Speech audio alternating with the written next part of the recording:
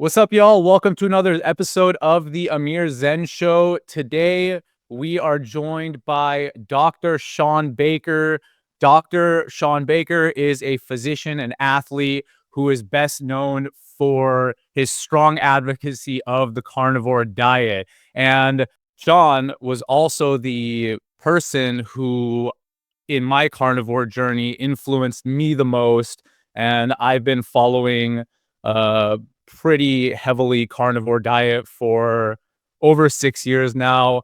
And back in the 2010s, Dr. Shawn Baker was probably one of the only carnivore content creators. And within the content creation space for nutrition, I noticed that you were also one of the most principled, and that you do follow the logical conclusion of many of your beliefs, which is very rare in the health space. So, Dr. Shawn Baker, how are you doing today? I'm doing well. I'm doing actually quite well and excited to talk to you and share some stuff with your audience. Awesome. Thank you so much for joining me again. The first thing I wanted to talk about was going and asking you, what was your reason for going on the carnivore diet in the first place? And what would your views be in these years that you've been doing it as far as functionality and your health? Yeah, I mean, the reason I pursued it personally in the first place was just, honestly, to I thought it might potentially benefit some aspects of my performance as an athlete, and so that's what really got me personally interested into it. And it did. I mean, I ended up setting a number of world records when I went carnivore in the sport of rowing, which is sort of an obscure sport, but it still has tremendous physiologic demands on the body, which I was able to meet. Particularly as an older athlete, as we talked about before, I'm almost 60 years of age and still pushing pretty hard, and that requires a lot of things working well for you to be able to do those things. But my real interest as a physician is taking people that are sick and getting them healthy, or reversing disease, putting disease in remission, and so on and so forth. So that's my real interest in the carnivore diet. I mean, what it may do or not do regarding performance is I think it's person dependent. It's up to whoever, if your goals are to be a good athlete, then you probably got health generally solved. And so I don't really care one way or the other, how that works, as far as, my physician background goes. So yeah, I mean, I've been advocating for this diet for now almost a decade. I've been doing it for almost a decade, so ninth year. And so far so good. I've seen, I mean, I can't even count the number of people. It's well into the tens, if not hundreds of thousands of people who have reverse diseases and all those good things that we'd love to see as physicians. Awesome. And yeah, you are a physician, and it is very rare as a physician to be promoting this lifestyle. Have you noticed over the last few years that there's been an increase in physicians who are now promoting the carnivore diet with their patients? I remember, 5, 6 years ago, there was massive resistance, but I have seen that slowly starting to shift. Are you noticing that as well in your work? Yeah, I mean, there are quite a few positions now that sort of, utilize this among other things. I mean, first of all, it's just getting physicians to recognize how important nutrition is in all aspects of healthcare, not just, for diabetes or a few other diseases, but really every disease out there is going to be impacted, and in many cases, greatly impacted by nutrition. And so just that shift alone has been something we've been seeing more of now. Whether some people feel that, we need to be following USDA grain-based, carbohydrate-based diet, low-fat diet versus something that I promote, which would be a higher fat, meat-based diet is certainly up for debate. But there are an increasing number of physicians that certainly espouse similar things that I do, and they see it. I mean, you can't help but see it. I mean, once you start applying this to your patients and you start getting all those patient results come in, it's hard to turn that back around. And there's some people that are, I think healthcare is going to go through a dramatic shift over the next coming decade. I really do. I think we're going to see um, a lot of the sort of the status quo stuff, the, pill for every ill, drug everybody in the whole country is still going to be pushing forward, with greater and greater, uh, uh, cost effectiveness. They're gonna largely do away with a lot of physicians and physician roles. They'll be replaced with AI. I think most of the population will accept that, quite honestly, and it'll be a much more efficient way to get drugs in people's hands and in their mouths. And so there's a huge amount of profit that drives that. So that's going to continue to occur. But likewise, I think a lot of people are just tired of being drugged and medicated all the time. And that's what like a company like my company, Revero, does. I mean, we basically get physicians that actually understand that it's more than about drugging people. It's about, actually treating root cause, lifestyle, nutrition, and supporting them and really doing the work, because it does take a lot of work. It's not just here, go read this book, here, go do this diet or something like that, or take these supplements. It's a lot of interaction back and forth, support. It's testing, retesting, exploring with the patient as a partner. And that model, I think, is going to also be an option for people that choose to go that route. And we'll see what happens over time. So Rivero sounds like you're doing what physicians are expected to do by most people with how you just explained that. Is that right? Giving them a full service, really helping them, teaching them instead of telling them things. Is that correct? Well, you use the term expected to do, and I don't think the expectation is there. I think most people go to the doctor to get drugs, quite honestly. I mean, That is true. that Yeah. is the expectation that has developed. Now, improperly so, I would argue, over the last several decades. Now, yes, I mean, this is how healthcare should be practiced, in my view. I mean, we should be obviously engaged in a partnership with the patients. We should be empowering our patients, not disempowering them with, we don't know why you're sick. Here's a drug. Take it for the rest of your life. That's really a crappy way to do things, quite honestly. That's the way most people do things. Um, so yeah, I mean, I think this is something that, I mean, most people that are diagnosed with a chronic disease have been trained to accept that and to accept that they're going to be dealing with that for the rest of their life. And there's nothing they can do except take these pills that some stranger has to prescribe me. And I'm here to say that's not the truth. I mean, or there's definitely alternatives for many people for that. And you can, put your diseases in remission. You can overcome many diseases to the point where you are, quote unquote, cured. I mean, we stopped talking about cures as physicians. It's almost unheard of to talk about curing disease anymore. Because, if you look at how the pharmaceutical industry has evolved, and there's no mistake here, pharmaceutical industry runs the healthcare system completely. I mean, the doctors are all basically well-paid subcontractors for this giant corporative, uh, you know, monstrosity that's out there. And all the drugs that are put out there today are drugs that are not, they don't research drugs at one shot and you're cured. What do they research? A drug that you have to take every day for the rest of your life, or every week for the rest of your life. These weight loss drugs, the latest weight loss drugs are a perfect example of that. Oh, well, we can help your obesity, but you got to take this pill this shot for the rest of your life. That's a very profitable business model, by the way. So yeah, that's what we're up against. And could you explain the services that your company Revero does? Say somebody comes on your website or something and signs up to join. What would that service look like? If somebody is wanting to leave their physician that they've been using and transition over to you all, what should they expect? Yeah, I mean, well, let me just be very clear here. Our mission is to take sick people that are actively sick and, you know, improve them or even remit their disease.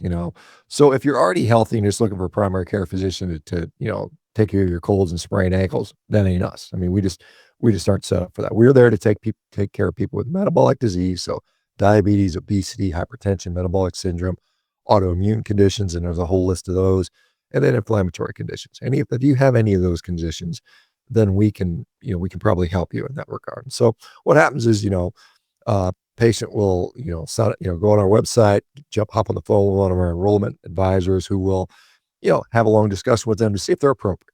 First of all, you got to be willing to make changes. If you're like, hey, I'm not changing what I do or how I eat or sleep or exercise, then we can't help you either. But if you're willing to do those things, then what we do is we pair you with a physician that's licensed in your state, and they will then, um, you know, contact you. You'll have a meeting. They'll go over your goals. They'll talk about what's possible. Look at your medication. Say we think we can come off these medications. Design a lifestyle plan to include nutrition, which is personalized. It's generally going to be low carb, generally going to be animal product focused, but not always. And then from there, we assign you a care team, including coaches, and we will track your biomarkers on a sometimes daily basis, depending what we're measuring. And then we'll look at that, and we'll look at it, and we'll see how things are going. And then we might contact you every 2 or 3 days and say, "Hey, look, you need to make this adjustment or that adjustment," and then continue to motivate people. And the majority of our patients are with us for about 6 months, and then they're done. I mean, then they're like, disease in remission, or I'm good to go.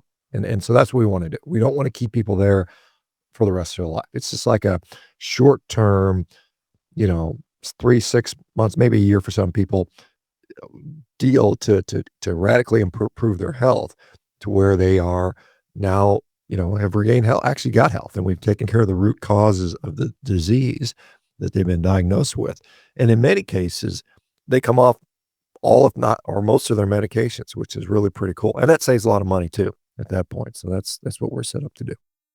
Oh, that's incredible. You are essentially smashing the establishment systems that we currently have that you explained. And an important thing you brought up is the revolving door where, the government and the pharmaceutical industry, they're working hand in hand because a lot of people go work for the government and then they get a few years experience and then they go right into the pharmaceutical industry working for these big corporations. And then as a result, they continue this monopoly cycle going where it's hard to break out when they're just constantly lobbying for each other, right? When they know the exact laws to use to get themselves ahead. So, have you all noticed any legal troubles doing this at all? Not as of yet. I mean, I think once, we start making enough of a dent in the profit margins of some of these other big corporations, there will be that. And you mentioned, I mean, the result revolving door. I mean, FDA, CDC, these people that regulate drugs are often run by people who are in the drug business, which just seems like and it is a tremendous conflict of interest. There's a complete corporate capture now. We're seeing some attempt to eradicate that through the agenda of Robert F. Kennedy, and some of the other folks in this MAHA movement. But I mean, you can see, I mean, there's already concessions being made. I mean, it's money talks. I mean, that's just a reality. When you have a multi-trillion-dollar industry, they're going to have a lot of influence. And uh, if the laws are not to their liking, they just pay the senators and congressmen to write new laws in their favor. I mean, this is how this stuff works. And the fact that there are now something like 3 lobbyists for every single member of Congress. Every senator, every congressman in the United States has 3 lobbyists from the pharmaceutical industry dedicated to those people. It's tremendous influence that they have. And, to pull out of that is going to be quite a battle. I think that not only are we interested in obviously helping the consumer, the average person, the customer, the patients get healthier, but it's also about saving money. And I mean, our healthcare industry spends $5 trillion a year. And by getting people off drugs and curing their diseases, that's so much cheaper than, trying to get them on generics or, play with the drug price. It's just make them healthy so they don't need this stuff. So with regard to that, we can help corporations because what we'll be doing is expanding in the corporate side. So we'll take companies that have, 500, 10,000 employees, whatever it might be, and dramatically lower their healthcare costs as well, which then turns into there's then a financial motive because these companies would rather not spend 20, 30% of their costs on employee healthcare when they could cut that to 5% or 10% or something like that. So that'll be, and then, once that happens, then we'll see, the ability to stand up to these big other corporations because, you know, if you're a $1 trillion corporation and some company's bothering you, just shut them down. You sue them for 20 years, until they run out of money, basically. Wow, that is incredible that you're using the profit incentive model essentially with the corporations. In my view, that is the best approach to help big corporations. You can't expect them to be the most moral, ethical players, but if you can show them a way to help with their bottom line, then we can still get them to do those more moral and ethical things potentially. So I wanted to ask you then if somebody were considering a carnivore diet, a lot of people find it extremely odd to just eat animal products. To me, it doesn't seem odd when you look around the entire world and look at history and see that there are many people throughout history and currently that are pretty much only eating animals.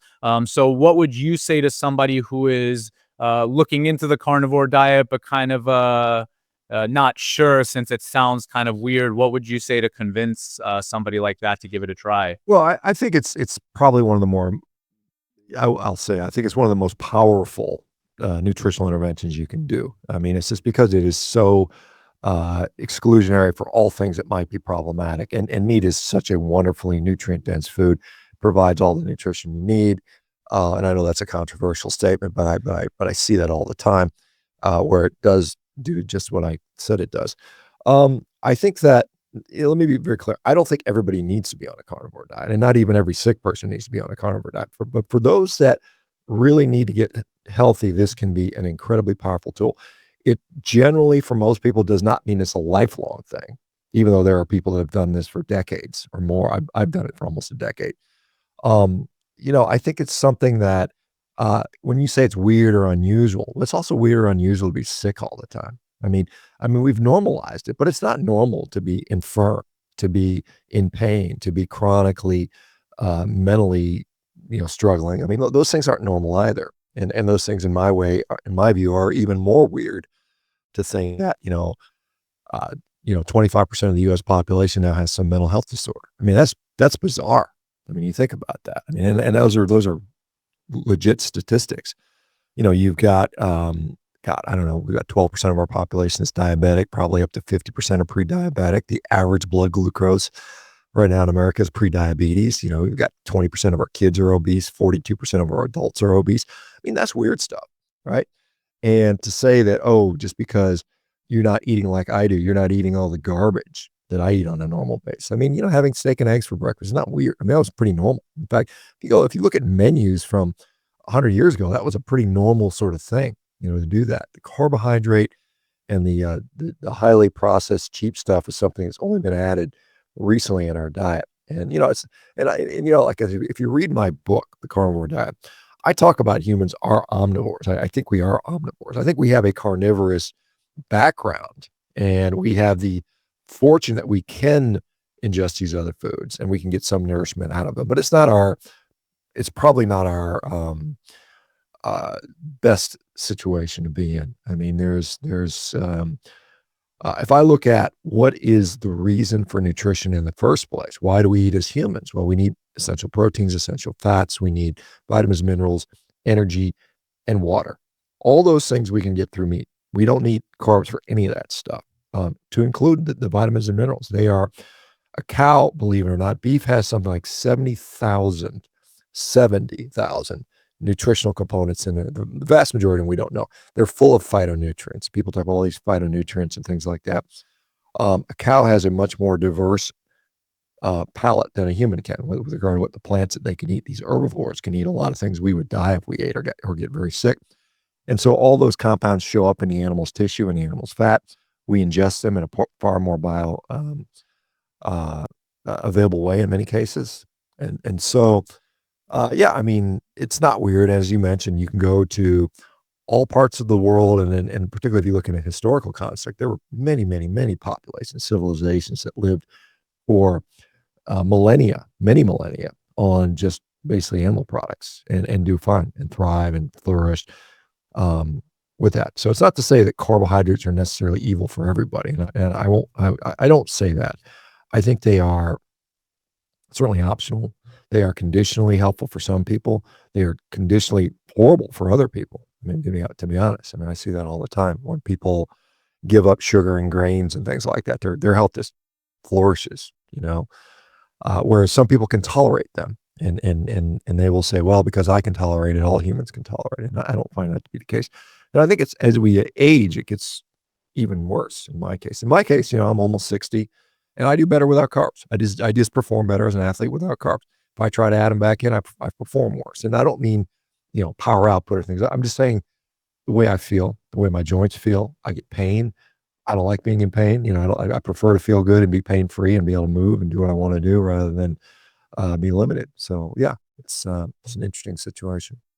Yeah, you bring up a really good point about when you integrate carbohydrates back in. I'm exactly the same way. I've gone through periods where I say, okay, maybe these people are right. I'm going to try another carbohydrate cycle and see if that helps with my athletic performance at all. And it absolutely never does. And you also brought up something about, the plants and the animals. I view it as animals are the foods that we eat to thrive, and plants are the foods that we eat to survive. And you also brought up a lot of unique compounds, these thousands of different compounds that are found in meat.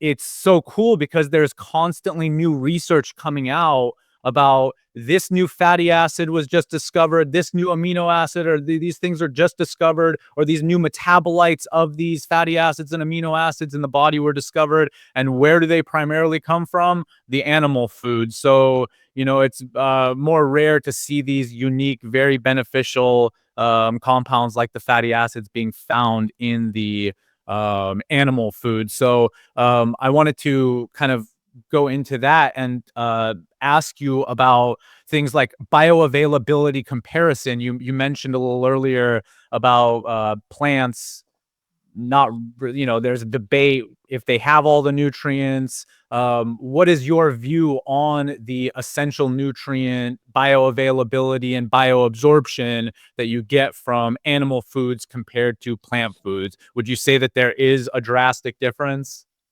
Well, it depends on the nutrient, but I mean, yeah, I mean, there are some very significant differences between, animal absorption and plant absorption of the same nutrients for sure. I mean, uh, you know, uh, fiber, things like phytic acid, other things are all these anti-nutrients, which actually prevent the absorption or the utilization of the nutrients that the plants themselves actually contain. So it requires you to eat much more of them. It requires, additional digestive adaptations, which, and sometimes it's, like just think about the simplicity of the microbiome. I don't want to say simplicity, the microbiome, which people have been talking about ad nauseum for the last decade, really. In order to obtain some of these nutrients, you have to have the right microbiome. If your microbiome is messed up, you may not absorb things correctly. And so much has been put into prebiotics, probiotics, things of those natures to try to dial this in. But the reality is, with meat, you don't need a microbiome. You literally, everything's digested well before your microbiome ever even sees it. So it's like, in order to be able to efficiently absorb some of these plant compounds, you have to have the perfect microbiome, or at least a reasonably well adjusted microbiome. If you don't have that, then you have all this dysbiotic stuff, this malabsorption, maldigestion that's occurring. So meat is, I mean, we're just designed for it. It's much easier.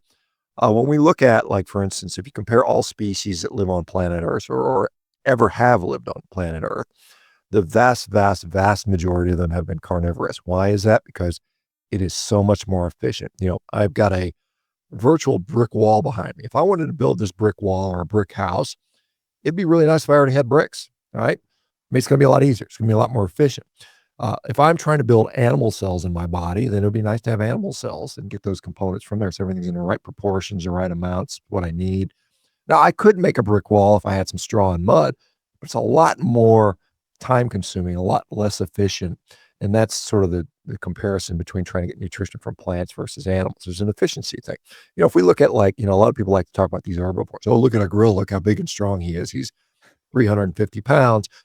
But the problem is, what does a gorilla do all day? It spends 80% of its waking hours eating, 80% of its day chewing, digesting, eating something like 60 pounds of vegetation a day to maintain its 300-pound frame.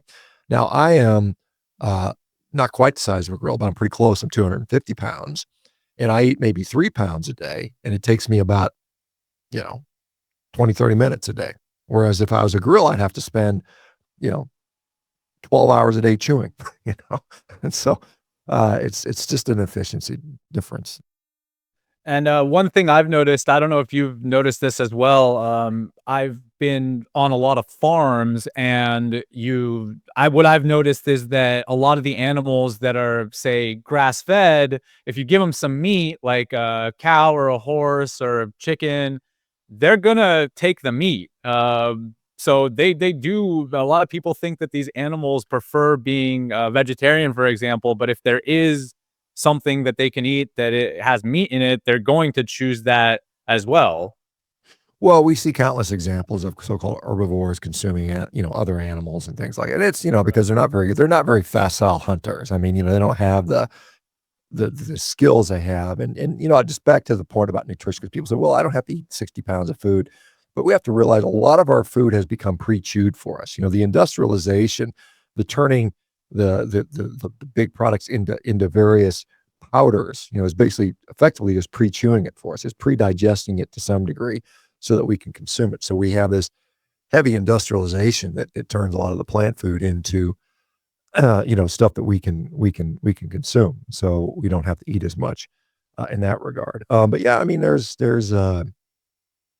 I think the whole uh, distinction between carnivores and herbivores and omnivores is kind of blurry anyway. I mean, there are plenty of herbivorous animals that will eat nothing, will eat, given the opportunity, meat. Obviously chickens are a great example. Chickens aren't considered herbivores anyway, but and they'll eat the hell out of meat. They'll eat each other if they can. But yeah, you'll see cows and deers and horses and things like that. If a little baby chick walks in, they'll eat it. They'll gobble it right up. And then same thing with carnivore animals. I mean, you have some carnivore animals that'll eat a blade of grass here and there. I mean, it's not. I don't know if it's for a nutrition reason. Some people say they're eating it because they're trying to induce vomiting or something. But it's interesting to see that the sort of arbitrary categorizations are. Only 3% of the species on Earth are considered omnivorous. Most are fall carnivore, herbivore. But as I said, those lines are not 100%. Across the board. Yeah, I'm not even a big fan of the plant versus animal food debate. The way I look at it is just this food has higher bioavailable essential nutrients than this food. This food has a higher nutrient density than this food. And it's turned into this dogma of plants versus animals. But when you just look at the big picture, it's just this has exponentially more bioavailable nutrients than this food does. So of course I'm gonna go for this food. Well, and to be fair, I think most people make their nutritional decisions based on what things taste like. How do they taste? How much do they cost? And we live in a time where we can make anything taste like anything, quite honestly, and that's what happens. We take literally stuff that's questionably poisonous and make it taste good when they serve it to us, and call it generally recognized as safe, and so we're kind of coming to terms with that. Um, but yeah, I mean, it is. I mean, when it comes to like what's going to give me the most bang for my buck from a nutrition standpoint, yeah, I mean, I think animal products are clearly superior.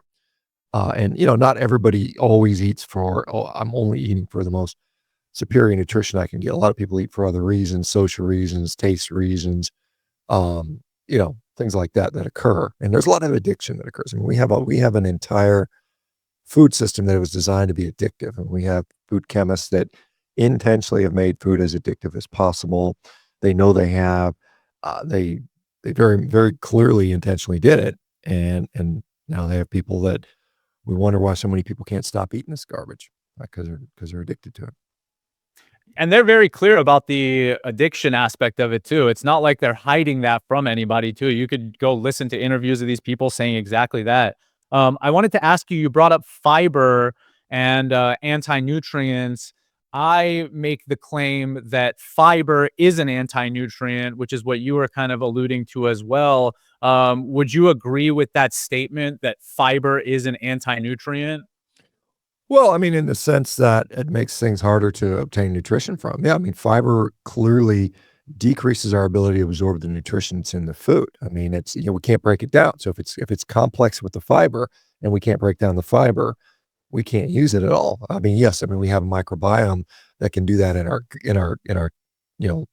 lower intestine, in our colon, but that's not where we're going to absorb much of the nutrition in our body. We are designed to be foregut absorbing animals. I mean, most of our nutrition comes through our foregut. So our stomach, small intestine, the large intestine, cecum large intestine, is just a kind of place for getting rid of stuff. Now we can, I mean, they've done studies on like fermentation capacities of various animals, and we look at, if we look at like how much of our anatomy is dedicated to fermentation, and what you might be able to get, like you might be able to get a small amount of short chain fatty acids from fermentation. Like we have about 16, 17% of our gut can ferment. Now that is very closely similar to what a dog and a cat has when we look at comparative anatomy. Like a dog has like 18%, a cat has 17% or something like that. So we probably based on that metric would say we need to eat similar to dogs and cats. And what do dogs and cats eat? Well, in the wild, they eat, generally other animals. I mean, for the most, particularly cats. Cats clearly do.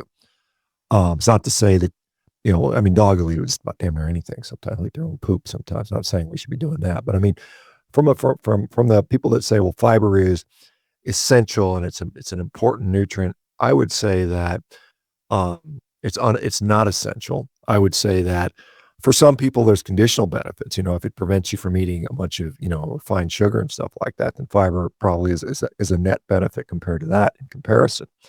But those people that say that, oh, it is essential for health.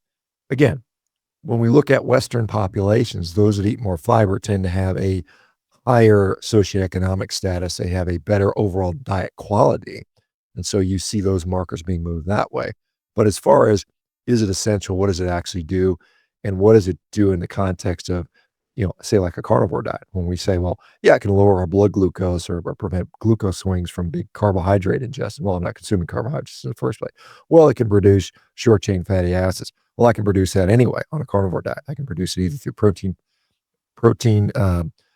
action, the action of microbes on protein, or beta hydroxybutyrate from ketosis, or from consuming the short chain fatty acids directly, like in butter. So there's a lot of ways around that.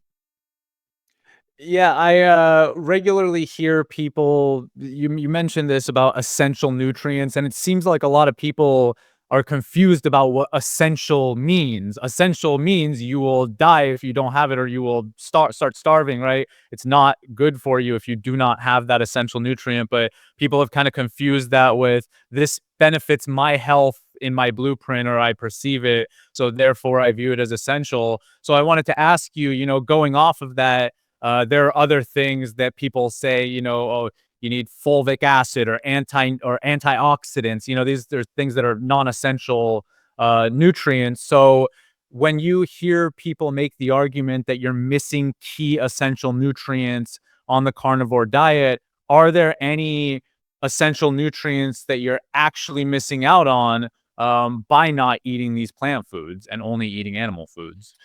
Um, to my, well, let me just put it this way. Like a friend of mine, Amber Hearn, wrote a nice scientific paper on the essentiality of a carnivore diet. Does it provide all essential? And it is a nice paper that written about that. And it goes through basically everything that people would suggest is, missing from a diet. And she clearly shows that you can get that very easily on a carnivore diet. The only exception to that, in her mind, was calcium. She said that calcium is something that you would struggle with, unless, of course, you include dairy products. And, with dairy products, it becomes quite easy. And so, certainly you can do that if you want to, if you tolerate. Some people don't tolerate dairy. However, even without dairy products, I do not see clinical evidence of people being calcium deficient, whether it's through bone mineral density, or, and you're very unlikely to see hypocalcemia in the blood. It's just not going to happen. Your body's going to maintain that calcium supply, um, you know, basically until you die. So I don't think there are any, you know, nutrients that you're missing on a carnivore diet that will not, that will lead to illness or sickness. I mean, there's people that say, well, you've got these subclinical things. I remember when I started this thing, everybody's telling me I'm going to get scurvy. And then I didn't get scurvy. Scurvy kills you, right? It kills you within a few months if you get it. Didn't happen, never seen it happen. And then it became the next thing. Well, um, maybe you've got this subclinical scurvy. What does that look like? Oh, well, you're going to perform. You're going to have decreased perform. Well, that didn't happen. So now they're left with, well, this is something that over a course of like 50 or 60 years could be a problem. I'm like, well, I'm dead by then. I mean, so they just keep kicking the can down farther and farther down the road as we continue to show that these so-called deficiencies are not occurring, or at least not occurring to any significant rate. Certainly in comparison to the general population. I mean, you're more likely to get scurvy these days just by living on a diet of processed junk food. I mean, this is where we see scurvy these days, and it's a very rare condition, but not just eating meat, you know. That's funny. I've noticed over these years that they keep moving the goalpost as well, and it's just one new thing, and then we prove that wrong with our own actions. One thing I really like about other carnivores, including my own approach to my lifestyle, is that I want to prove my lifestyle in the effectiveness of my physical and mental performance. And I noticed that you do the same, but I noticed that that's still very rare in the health world for people to actually prove that their actions speak louder than their words. And when it comes down to proof, it seems like many people's health ideas break down very fast. What I've noticed with my own physical performance and seeing your own physical performance is that, you're 58 years old, I'm 37 years old. I think that both of us are at the top of physical performance. Uh, and we both follow these same diets. And I don't really know many people outside of this kind of way of eating or generally being animal based that do have this kind of high level physical performance without, say, having constant injuries and things like that at our age. So, is that something that you regularly see? Do you see other people performing at your level who don't share these mindsets? I one of the things I just think carnivore is so much better because the proof is in the pudding. Well, I mean, certainly, I do walk the walk. I mean, I'm not out here to say one thing and do something else. I mean, I do what I say, and the results speak for themselves, good or bad. Some people think I'm in horrible shape and look like I'm going to die tomorrow. And I mean, we see these sort of vegan haters, and oh my God, you look like you're 90 years old. And at the same time, you see people that are my age that actually, kind of can compare that and say, look, what you're doing is quite remarkable. Yeah, I mean, I've set world records, albeit in an obscure sport like rowing, and I've done And you've things that, set those world records recently. Sorry, those are recent world yeah, records, I mean, right? I've set probably 15 world records over the last 10 years, including one not long ago, a few months ago. I set another one and I will set more. I will set more of those records when I turn 60. I mean, these are age, obviously there's age created records, and I will do a lot of other things that most 60-year-olds cannot do. And I think, when we look at, it's interesting because people talk about, what is the result of what you're doing? How do we measure that? Some people say it's all about longevity. How many years do you get out of your life? Well, I'm not going to know that until I'm dead, right? There's no way to me to test that out. Let's say I get to 90 years old or 100 years old. I mean, that's great, but that's not going to happen until year whatever, 2050 or something, 2060 or whatever that is. So it's a long way to go for that. So what can you do in the meantime? Well, in the meantime, you can live a very healthy, vigorous life that indicates health. I mean, people are arguing about, it kind of cracks me up. People are arguing about, oh, I'm gonna take care of my mitochondria or some obscure thing that you could never assess on your own. There's no way I can see my own mitochondria. I don't have a scanning electron microscope built into my eyeball, so I'm never going to see that. I'm never going to know that. And yet people are talking about how they're taking care of their mitochondria. Well, I'm like, why don't you take care of your actual physical performance? What can you actually physically do? Can you run fast? Can you jump far? Can you bounce? Can you jump? Can you throw things? Can you lift heavy things? Can you, uh, have some level of endurance? I mean, all those things are important aspects of, um, you know, the capacities of what a healthy human should be able to do. It's not that like everybody has to be a marathon runner or a 700-pound deadlifter to be healthy, but I mean, I think you should be able to do, um, reasonable things that are reasonably hard at really as long of an age as possible. The fact that yeah, I'm not there. I have to knock on wood to make sure I get there. Dunking a basketball at 60 is unusual. I mean, yes, I'm a little bit tall, but I mean, there's very, very few 60-year-olds that have ever done that. I mean, if most of them have been a few ex NBA guys that are 6'8", 6'7". And so to be able to do that is highly unusual, and it doesn't happen when you're unhealthy. You've got to be very fit, very physically healthy. All your and not to and a lot of people seem to get upset when I talk about this. When I talk about musculoskeletal health, people say, "Well, you mean I can't be healthy if I've got a bad back and a bad knee?" And I'm like, "Well, unfortunately, yeah, that's a problem." Yes, you're limited by that. And what happens is when your musculoskeletal system is broken down, it's going to be really hard to maintain a good cardiovascular system. I mean, yeah, there may be some adaptations you can do. Maybe you can get on a bike instead of run or something like that. But I mean, once those things start breaking down, everything else falls behind that. So you have to have a well-oiled, well-functioning, strength to weight ratio, good musculoskeletal system. And if you've already had your knee replaced, your hip replaced, that's the way it is. Do the best you can.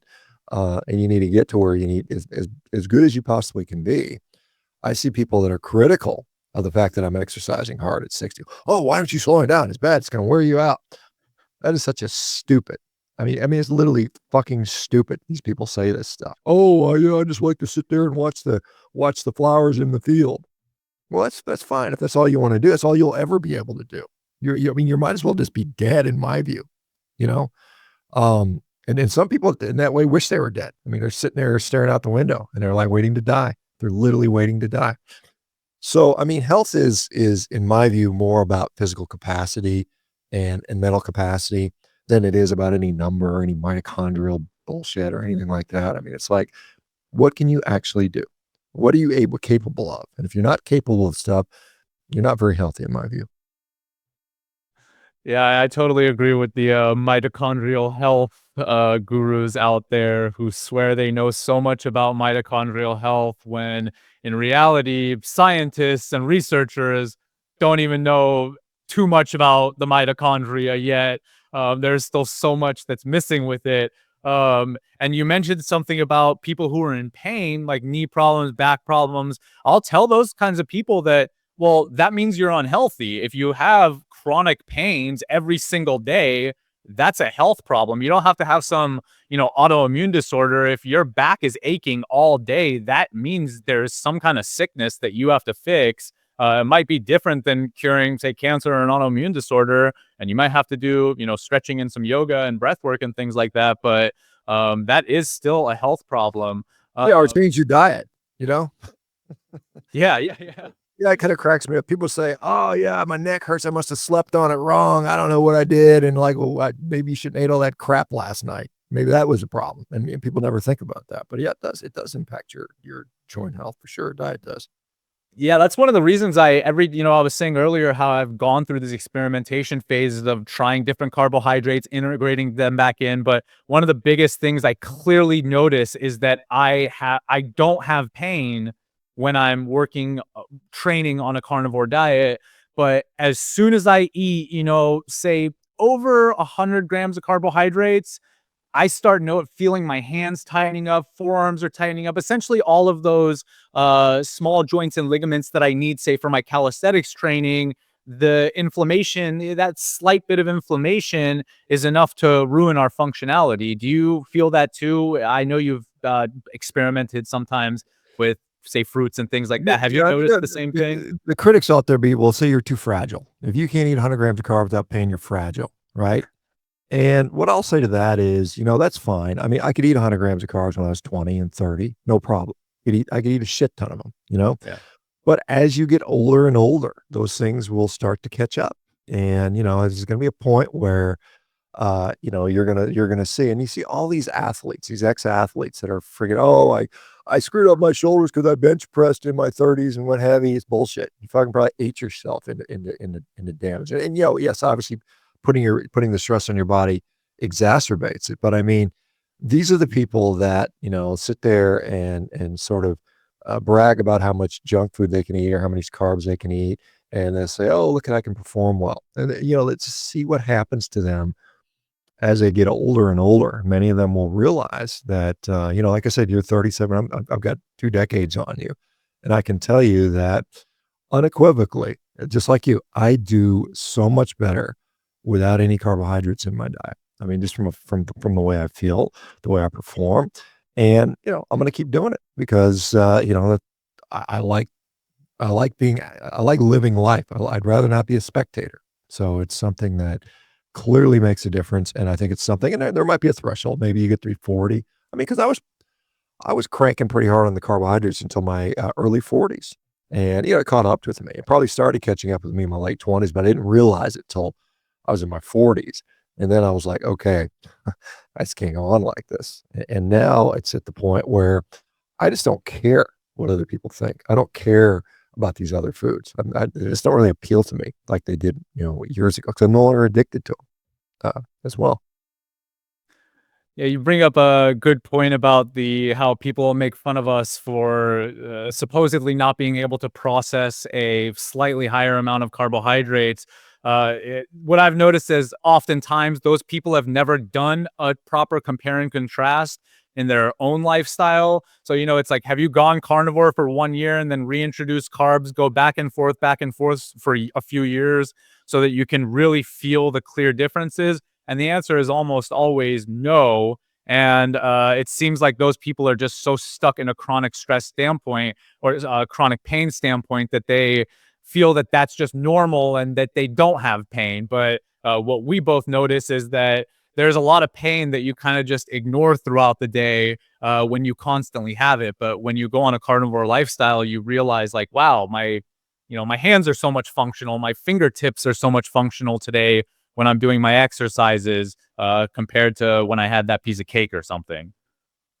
Yeah, I think certainly that can be the case for sure. So, I mean, as I said, again, I'll go back to what I said at the beginning. I care about people being sick and getting them healthy. I think the carnivore diet is tremendously useful for that. At Revero, we use carnivore diets all the time. We don't only use carnivore diets, but it's certainly something we're not shy about using. I think from my own personal standpoint, and I wouldn't impose this on anybody, but I'd like to be able to do a lot of cool things when I in my 60s and 70s. I'm still alive now today, and I enjoy the hell out of what I eat. I like eating big old fatty ribeye steaks, and eggs and things like that are quite tasty and delicious. And yeah, I mean, I still like the way, junk candy, sugary stuff tastes, but it doesn't like me, and I'm at this point where I just don't care if I eat that stuff anymore. I feel exactly the same way. People are, don't you get sick of eating that? It's like, why would I get sick of eating something that tastes delicious every single day? So I wanted to transition into supplements and ask you what your thoughts on supplements are and if you take any supplements yourself. I think most supplements that have ever existed throughout the entire course of history have been garbage. I mean, I think it has mostly been kind of snake oil stuff. I think that most supplements don't do much for anybody. There are probably a few over the years that have had some efficacy, depending on what you get. I think most years you should be able to get everything you need from food. I mean, I honestly believe that. I think so. Now, do I take personally any supplements? The only thing I take that might be considered a supplement is an electrolyte, from time to time. And that's not, and again, I think this goes into what am I doing? Well, I'm working out all the time, I'm sweating all the time, I'm losing a lot more salt than I could do. And, I can probably just add a little more. So if you want to consider salt a supplement, then so be it. I mean, then that would be a supplement. But as far as like multivitamins, magnesium, vitamin D, or magnesium would be an electrolyte. But these other vitamins and other things that people take, I don't take any of that stuff. I don't feel a need to. I think, and people ask me all the time about supplements. I ask them, I said, well, what has it done for you so far? And most of the people just say, I don't know. I can't tell if it makes a difference. And I'm in that situation, I think it's clearly it's probably a waste of money. I mean, I think in order for a supplement to be just for me to spend the money on it, first of all, because there is some of these can be quite expensive, quite honestly. Right. So some people sell their magic mycotoxin free, whatever the magic supplements they have are very, very expensive and very profitable from them. And they're even the organ meat supplements, I think they're basically a bunch of I garbage. was just gonna ask you about that. Well, I do. And I think, Liver King and the other guys that sell the organ meat stuff, I think it's all bullshit. I mean, I think it's unnecessary. I know a lot of people get upset with that. I think if you want just eat a freaking organ meat if you really want an organ meat. But again, I don't even think organ meats are necessary. And I know a lot of people get upset when I say that, but it's not either. I think the whole nose to tail thing was a constructed story to sell supplements, basically. I don't think humans would have eaten stuff they didn't like last year like they would have 50,000 years ago. If they got plenty of ribeye steaks, they're going to eat that. And they're not going to go scrounging for the testicles. I mean, despite, these clowns that eat testicles all the time. So, yeah, I'm not a big supplement guy. I think, and anytime somebody's a supplement salesman, I'm very wary listening to what they have to say. I mean, yeah, you might have a good story. I mean, guys like Dave Asprey did a really good job of that. Told everybody a nice story, eat low carb, you eat a lot more fat. People got healthier. Then he started selling them his mycotoxin free crappy supplements. For a huge markup, made millions and millions and millions of dollars. I mean, good for him, good marketing, and people have followed in that footsteps. So very reliable, and I very easily could have done that. I could have easily said, "Here's my Dr. Baker approved supplement line." Blah blah blah. I could have made a lot of money doing that. I just don't have an interest in that. I mean, it's not that I don't have an interest in making money. I mean, we all do, but I don't have an interest in ripping people off and selling them stuff that doesn't actually do anything. If I'm going to make any money, I want to make sure that people are actually getting benefit and getting healthy. And that's why we started Revero, because it's not, and I mean, what we do for the amount of money we do is a damn good deal. You know, I got to tell you, I mean, there's nobody else doing what we're doing for as cheap as we're doing it.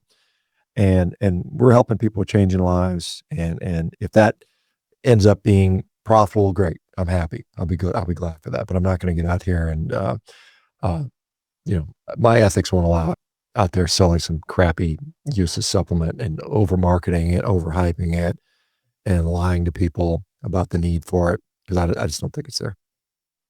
I could not agree with you more. I remember when the liver powder supplements started becoming popular.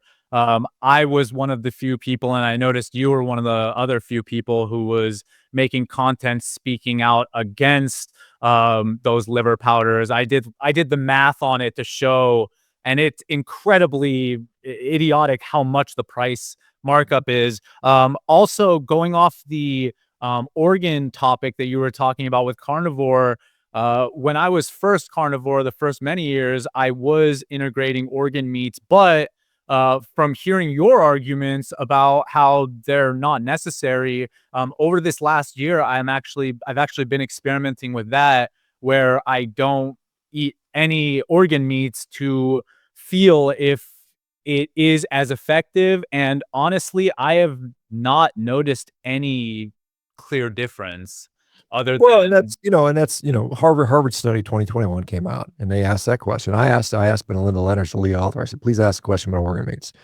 And they found, just like I found, makes no difference in deficiencies, no difference in reversing disease, no difference in overall uh, general health and healing with or without organ meats. Makes no difference across the population. It's not to say some person might say, oh, I feel better when I eat liver. Fine, eat liver then, fine.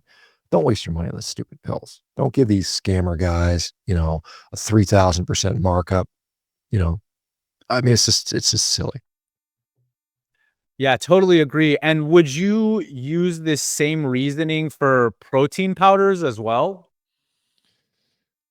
Well, I mean, yeah, I mean, you can get plenty. I mean, if you're doing a carnivore diet, you're getting plenty of protein. I mean, you're not going to be protein deficient if you're eating meat every day. It's just not going to happen, right? Now, I mean, some people, well, it's convenient. Yeah, I mean, okay, if it's convenient and you can't eat that day, whatever, you can do that. But you know what I mean? And nutrition is more than just protein for sure. I mean, protein powders, I mean, they're good. I mean, whey protein is a good source of protein and amino acids. It's been proven by gazillions of people using it. But I mean, for some people, it's an issue. It's gut issues. It's some of these other weird ingredients that are sometimes in there. I mean, so, I mean, it's certainly a, you know, second, third, fourth best option when you look, meat, fish, eggs, dairy products. I mean, so many better ways to get protein in my view. Yeah, yeah, I totally agree. Question that I commonly see when people are starting a carnivore diet is, how do I get my protein? What protein powder should I buy? It's like, just do the math on what 1 pound of ground beef is on protein intake. You're generally, the average person is going to be very fine off of having, say, a pound of ground beef That's per day for protein that's intake. 100 grams of protein right there. Yeah. Right, right. So we're starting to kind of close out right now. I wanted to ask you about the debate in the animal-based community about integrating this high fructose lifestyle, which I am not really for because I just don't feel it's that functional. But there are so many people who were carnivore that have switched over, and now, I view it as it's a high fructose diet. They can call themselves animal based, but you'll look at their wooden cutting board, and I see one little piece of steak here, two eggs, and then the rest is just fruits. What is your view on adding fructose into your diet? Do you think that it is an effective form of energy as far as, say, a carbohydrate goes? And just what are your general thoughts about that debate?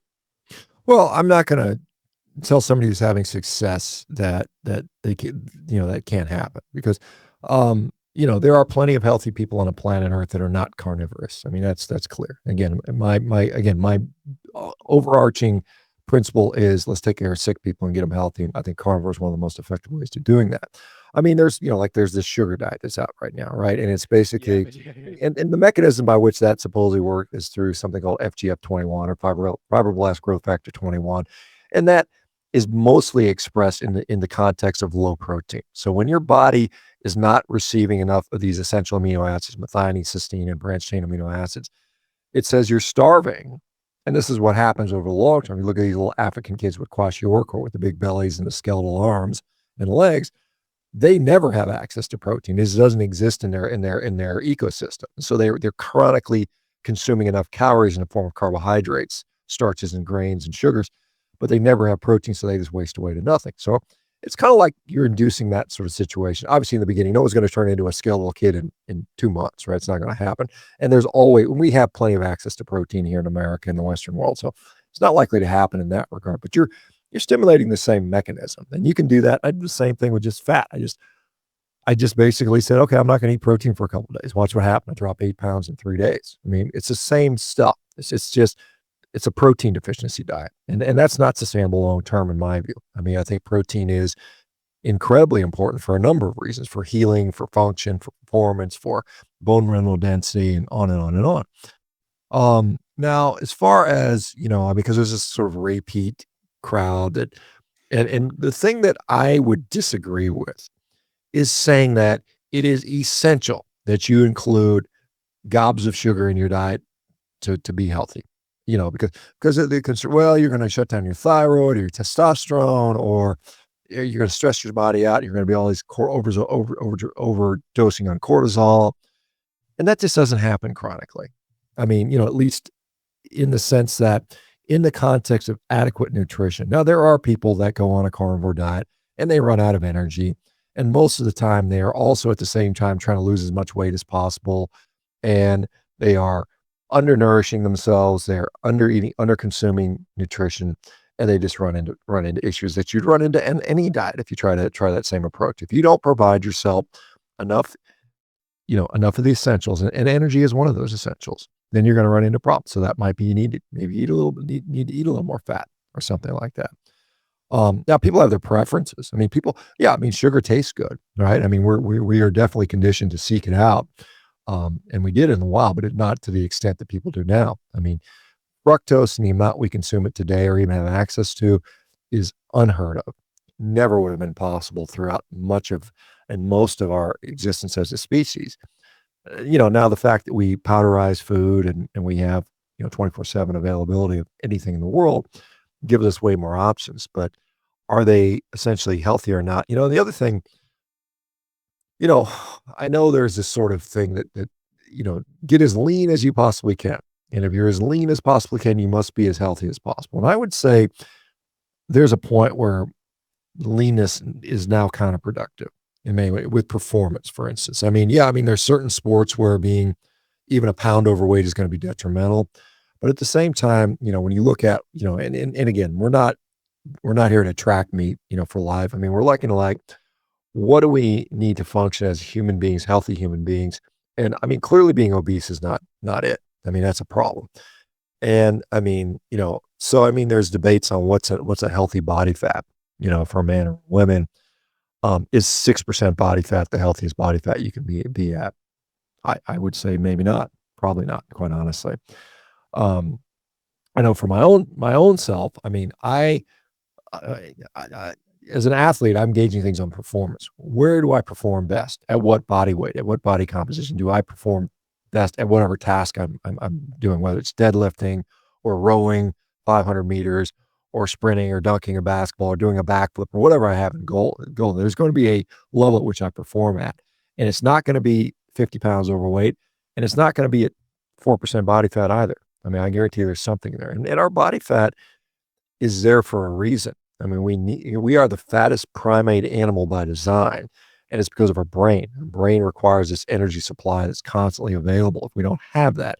So what you can do is you can outsource it to carbs, and you can say, "Oh, I'm going to be super lean and eat a bunch of carbs and just provide my energy that way, so I don't have any body fat or very low body fat." And that can work, assuming you always have access to carbohydrates, which again is not a reality throughout all of our existence except for modern times right now. And so these people that are just, and you see them, they just ravenously eat all these carbohydrates all day long. And I don't know, does that have a negative consequence? Is it going to fuel cancer growth, as some people speculate? Is it going to cause excessive oxidative damage down the road? Is it going to lead to things we don't know. We don't know over time. And I'm not the guy here to say that I know, because I don't, because no one knows. I mean, these things are things that we can't. It's hard to test, and certainly on a population level. There might be individuals you can point to, just like me. I'm an individual. I'm having success on a carnivore diet. Maybe not everybody would have the same level of success as me. And I do a lot of other things. I mean, I sleep well. I train. I've been in the gym for 45 years consecutively without taking a week off. I mean, you don't get the results that I get without doing some of these other things.